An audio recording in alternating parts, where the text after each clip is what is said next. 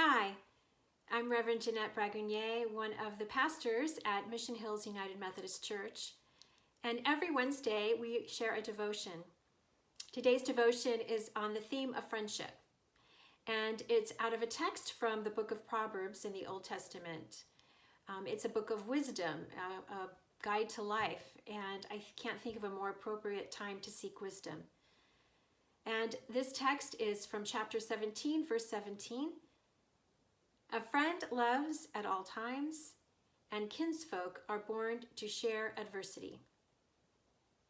It makes me think of a time when I grew up. I grew up in a small town, and my best friend was Sherry. And when I was about 12 years old, she moved up the street, was close to where I lived, and we would walk to each other's home all the time, throughout even high school as well.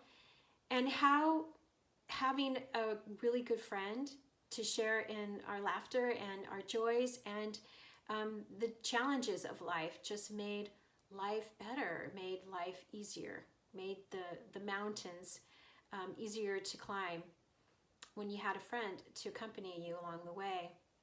So I think about how lucky I was and still am to have these deep friendships. Scott Walker, in his book called Glimpses of God, writes about friendship as symbolically representing the presence of God to one another. He writes, "There's something holy about sitting in silence by a fireside with a good and enduring friend. It's an experience that's different from worship. But somehow the presence of someone bigger, someone ultimate is felt.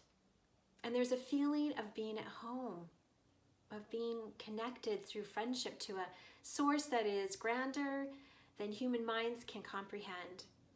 Friendship is a catalyst that can lead to awareness of the presence of God." I think of Jesus right now as we commemorate Palm Sunday, this Sunday, how he relied on his friends, the disciples, to secure a donkey for him so that he could enter into the city of Jerusalem. How Jesus gathered his 12 disciples around him at the last meal, the Last Supper that they shared together, where he shared with them that he would no longer be with them physically. I think about Jesus when he prayed and felt so alone in the Garden of Gethsemane.